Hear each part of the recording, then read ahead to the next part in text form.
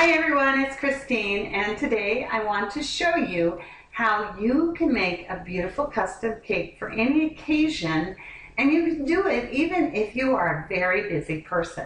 All you need to do is to get a cake that is decorated plainly. This one came from Costco, but you could get it from any bakery. And then you need your Pazzles Inspiration and the Pazzles Pastry Toolkit, which includes the pastry tool, a pick tool, which is very important, also the pastry mat, and then you need to choose the color of Wilton sugar sheet that you want to use on your cake. Once you've brought your cake home, measure the areas that you want to put the sugar sheet on, and then go to the Inspiration Studio software and design. You can use images that you make yourself, or you can use images from the craft room library. And once you've designed them, I really recommend that you cut it out of paper first. You will save yourself a lot of heartache if you do that.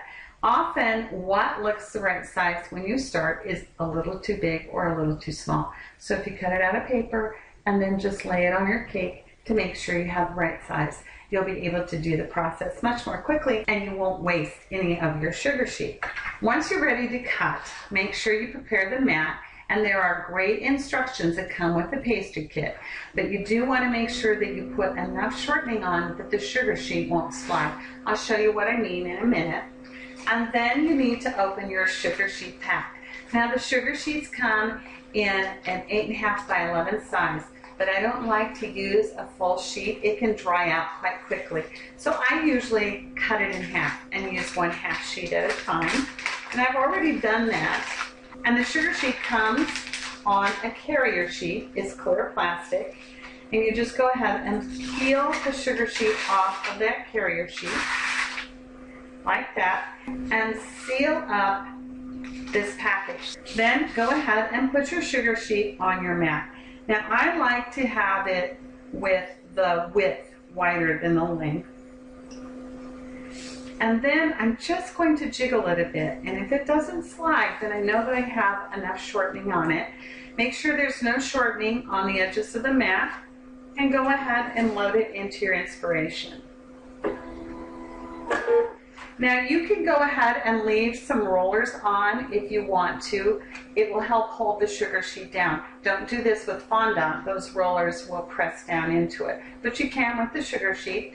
And then you're going to go ahead and cut the first part of your design.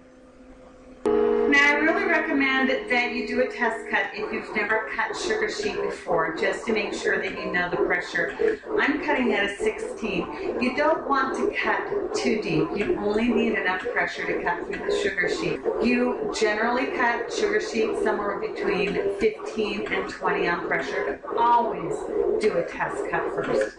Once you're done cutting, remove the mat from the Inspiration and use your pick tool to help you separate out the cut pieces from the rest of the sugar sheet. Now, when I'm done cutting this, I still have another color, so I store my cut pieces in a zip bag, and that way they stay nice and moist. I have some little pieces here, and this is where the pick tool is really nice to help you get those little inner pieces out. And I will store these until I'm ready to use them. To attach the pieces to the cake, you can use some corn syrup and a brush. Now make sure this is a clean brush, and then take one of the pieces and carefully remove it from the mat and put some corn syrup on the back. And then place it onto the cake in position. If you have a double layer piece like I have here, put some of the corn syrup on the back of the black piece and then layer that over the pink piece before I put it onto the cake. And then I would go ahead and continue to put pieces onto the cake until I'm done. And here's the finished cake, done in no time at all, using the Pazzles Inspiration, the Pazzles Pastry Kit, and sugar sheets. I hope you've enjoyed this lesson and that you give it a try yourself. We'll see you next time. Bye-bye.